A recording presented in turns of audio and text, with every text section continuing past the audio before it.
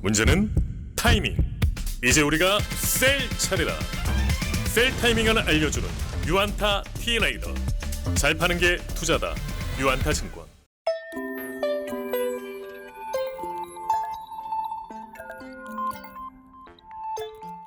안녕하십니까. 유안타증권 건설 건자재 산업을 담당하고 있는 김기룡입니다. 오늘 말씀드릴 자료는 이번 건설 업종 2021년도 하반기 전망 자료에 대해서 말씀드리도록 하겠습니다. 네, 올해 하반기 건설 업종에 대한 전망은 크게 세 가지로 보고 있습니다. 주택 건축 부분의 실적 확대, 그리고 작년도 발생했었던 그 해외 추가 원가 이슈에 대한 안정화에 따른 전반적인 이익에 대한 성장, 그리고 두 번째는 유가 상승, 그리고 그로 인한 해외 발주 환경 개선과 수주 기대감에 대한 부분들의 확대, 그다음에 세 번째로는 신사업의 점진적인 구체화 과정이 그 업종 멀티플 상향의 근거가 될 것이다, 이렇게 좀 추정을 하고 있습니다. 네, 가운데 그림을 보시는 것처럼 지금 주요 커버리지 건설사의 연간 영업이익은 전반적으로는 전년 대비 개선될 것이다라고 추정을 하고 있습니다. 앞서 말씀드렸던 그 주택 분양 물량 증가에 후행한 전반적인 주택 건축 부문에 대한 이익 성장이 이어질 것으로 보고 있고, 작년도에 코로나19가 발생하면서 전반적으로 해외 현장들에 대한 추가 원가 이슈에 대한 부분들이 실적 훼손의 원인으로 작용을 했는데, 올해에는 전년 대비 관련된 그 추가 원가에 대한 이슈는 좀 안정화될 것으로 추정을 하고 있습니다. 그에 기인해서 전반적으로 건설사들에 대한 실적, 특히 2021년도는 이제 전년 대비 성장할 걸로 보고 있고, 2022년도 실적 역시도 전년 대비 개선되는 그런 그림을 그려갈 것으로 추정을 하고 있습니다. 네, 앞서 그 추가 원가 이슈에 대한 안정화에 대한 부분들을 말씀을 드렸습니다. 그래서 가운데 그림 보시는 것처럼 지금 주요 건설사들이 발생했었던 해외 추가 원가에 대한 반영 규모를 그래프 상으로 좀 그려놨고요. 전년도 2013년도부터 해외 쪽 추가 원가 이슈가 좀 발생이 됐었고, 그러한 부분들이 2018년도, 16년도, 17년도 들어오면서 전반적으로 좀 안정화되는 모습이 나왔다가 이제 작년도에는 다시 이 금액이 조금 확대되는 모습들이 나왔습니다. 익히 알고 계신 코로나19 관련된 일부 국가의 셧다운 이슈나 추가 원가에 대한 부분들이 좀 반영이 됐고요. 이러한 부분들은 다시 안정화될 것으로 조금 보고 있는데, 거기에 대한 근거를 조금 더 말씀을 드리도록 하겠습니다. 네, 우선은 저희가 해외 추가 원가에 대한 부분들 추정을 하는데 여러 가지 방법이 있겠지만, 일단 기본적으로 과거에 그 해외 쪽에 대한 대규모 추가 원가가 발생이 됐을 때 발생했었던 사례들을 감안해 보면 결국 각 회사들이 가지고 있는 이런 해외 현장들, 조금 문제가 될 수 있는 현장들에 갖고 있는 그 매출 채권 성격의 미청구 공사나 그런 공사 미수금들이 실질적으로 좀 감액 처리되면서 손실로 연결됐었다라는 사례를 놓고 봤을 때, 실제로 이 테이블에 그려놓은 것처럼 코로나 사태가 불거지기 전이었던 2019년도 말, 그리고 코로나 사태 이후로 가장 최근에 공시되고 있는 2021년도 1분기, 이 두 시점을 놓고 봤었을 때 이러한 각 회사들이 가지고 있는 현장들에 대한 미청구 공사나 미수금 자체가 생각보다는 많이 확대되지 않았다라는 부분들을 숫자적으로 좀 볼 수 있을 것 같고요. 여기 부분과 이제 이쪽 부분을 좀 비교해서 보시면 될 것 같고요. 특히나 2020년도에 현대건설도 그렇고 GS건설도 그렇고 일부 현장들에 지금 물고 있었던 그런 미청구 공사 금액들을 좀 감액 처리, 손실 처리를 반영하면서 실질적으로 이러한 두 시점에 대한 미청구나 공사 미수금에 대한 부분들을 비교해봤을 때 상대적으로 크게 확대되지 않았다라는 부분들은 저희가 올해 최소한 작년 대비 올해 추가 원가에 대한 이슈가 좀 크게 확대되지 않을 수 있다라고 볼 수 있는 하나의 근거다라고 이렇게 좀 설명을 드리도록 하겠습니다. 네, 분양 실적 같은 경우에는 이렇게 알고 계신 것처럼 지금 전국 기준으로도 분양 물량에 대한 아파트 분양 물량 증가가 좀 세가 이어지고 있는 상황이고요. 실질적으로 가운데 그림 보시는 것처럼 지금 작년도 약 한 35만에서 36만 세대 분양 물량에서 올해는 거의 38만 세대 전후 혹은 그 이상까지도 분양 물량이 증가할 것으로 지금 추정이 되고 있는 상황입니다.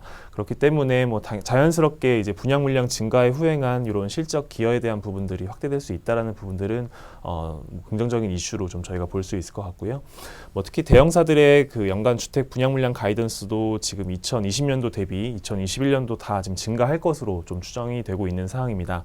그래서 여기에는 여러 가지 요인들이 있겠지만 결국 대형사들이 가지고 있는 그런 브랜드에 대한 인지도나 전반적인 재무 여력에 대한 부분들 이런 부분들이 아무래도 서울 수도권 혹은 지방까지도 관련된 영향력을 좀 확대시켜 나가면서 전반적으로는 분양 물량이 좀 증가하고 있는 상황이고요.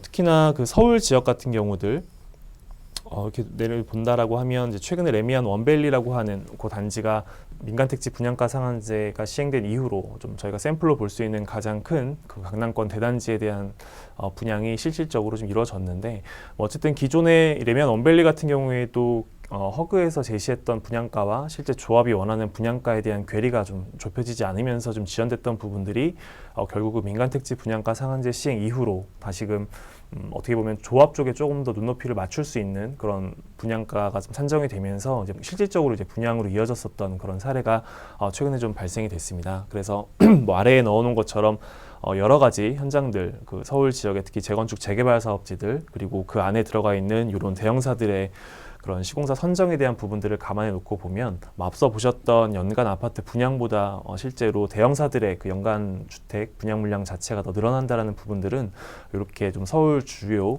어떻게 보면 조금 막혔었던 이런 재건축 재개발에 대한 사업지가 보다 활성화되고 이제 그러한 부분들이 실제로 이제 분양 실적으로 이어질 수 있다라는 측면에서는 좀 긍정적으로 볼 수 있는 그런 상황이다라고 설명을 드리겠습니다. 뭐 해외 수주에 대한 기대감도 이렇게 알고 계신 유가 상승 그리고 거기에 후행한 전반적인 뭐 중동 뭐 플랜트 중심의 이런 발주 환경이 개선된다라는 부분들을 저희가 좀 볼 수 있을 것 같고요. 뭐 일예로 각 회사들이 얘기하는 부분들 중에 실제로 그 사우디 아람코 발주의 뭐 줄루프 프로젝트 같은 경우에도 입찰 시기가 기존 내년에서 이제 올해로 좀 당겨진 어떤 부분들이나 작년도 말에 취소했었던 그 사우디 자프라 가스 프로젝트 같은 경우에도 지금 재개에 대한 부분들이 얘기가 나오고 있다라는 부분 역시 전반적으로 이런 사우디를 비롯한 중동 주요 발주국, 산유국들에 대한 재정 여건이 나아질 수 있다라는 부분들 그리고 그로 인한 발주 재개에 대한 부분들이 국내 건설사들의 해외 수주에 긍정적인 영향을 미칠 수 있다라는 부분들을 좀 볼 수 있을 것 같고요. 실제 여기 보시는 것처럼 뭐 주요 산유국들의 재정 균형 유가와 실제 두바이유 가격 자체가 실제 그 재정 균형 유가를 하회하는 유가 수준에서 과연 그들이 재정 지출을 할 수 있는 여력이 있을까라는 측면에서 놓고 보면 사실은 좀 쉽지 않은 그런 부분들이 생길 수 있을 것 같고요. 거꾸로 이 재정 균형 유가와 이제 유사한 수준의 유가 레벨이 도달하거나 혹은 그 이상의 유가 레벨이 형성이 된다라고 봤을 때는 최소한 산유국들에 대한 재정 집행, 재정 지출에 대한 부분들이 조금은 나아질 수 있겠다라는 부분들은 저희가 직관적으로 좀 해석을 해볼 수 있을 것 같고요. 실제 국내 회사들, 뭐 건설, 중공업, 엔지니어링사들의 해외 수주 금액이나 뭐 전반적인 플랜트 수주 금액들 보시면 뭐 유가와는 일정 부분은 조금 후행해서 증감에 대한 부분들이 좀 이어졌었다라는 부분들을 보신다라고 하면 최근의 유가 상승이 전반적인 해외 수주 개선 기대감으로 좀 이어질 수 있다라는 부분들을 좀 이해할 수 있을 것 같습니다. 이번 리포트에서 조금 더 말씀드리고 싶은 부분들은 이런 신사업에 대한 다양화에 대한 부분입니다. 그래서 작년도 상반기 주요 건설사들의 신사업 추진 발표가 좀 있었었고 뭐 그러한 부분들이 시간은 뭐 당장의 단기적인 그런 효과를 기대한다라고 보기에는 조금 무리가 있을 수 있겠지만 어쨌든 중장기적인 관점에서는 기존 건설 본업에 혹은 연계된 혹은 거기와 좀 유사한 그런 사업에 대한 부분들의 확장성 측면에서 봤을 때에는 이런 신사업에 대한 전반적인 부분들이 건설 업종에 대한 멀티플 상향으로 좀 이어질 수 있지 않을까라는 부분들을 좀 서두에 말씀드렸는데요. 뭐 이렇게 볼 수 있는 뭐 근거 중에 하나, 뭐 일예로 볼 수 있긴 하겠지만 과거 이제 SK 건설이라고 하는 지금은 이제 SK 에코플랜트라고 사명을 변경했는데 뭐 SK 에코플랜트의 뭐 행보를 보면 전반적으로는 이러한 뭐 친환경, 뭐 신재 에너지 이런 차원의 신사업 확대에 대한 부분들을 좀 적극적으로 추진을 하고 있습니다. 그래서 이런 회사들에 대한 부분들이 물론 이제 비상장사이고 장외가 있긴 하지만 지금 장외가 기준의 어떤 시가총액 대비 이 회사의 뭐 PBR을 계산해 보면 대략 한 2.6배 정도 나오고 있는 상황이고요. 뭐 이러한 부분들이 뭐 실제로 주요 건설사들의 어떤 PBR 밸류에이션과 좀 비교를 해보면 상대적으로 조금 높게 받고 있는 그런 부분들을 좀 확인할 수 있을 것 같습니다. 물론 최근에 뭐 주가 강세를 보이고 있는 뭐 삼성 엔지니어링 역시도 뭐 가장 큰 주가 상승의 원인은 유가 상승에 대한 해외 수주 기대감이 되긴 하겠지만 뭐 일정 부분은 삼성 엔지니어링도 지금 올해 들어서 좀 여러 가지 신사업에 대한 부분들을 확장하고 있다는 부분들이 좀 긍정적인 포인트로 좀 작용하고 있기 때문에 이런 전반적인 회사들의 그 신사업에 대한 추진 그리고 거기에 대한 가시성 확보 그런 부분들은 지금 수준에서의 멀티플을 조금 더 끌어올릴 수 있는 배경이 되지 않을까 이렇게 좀 추정을 하고 있습니다.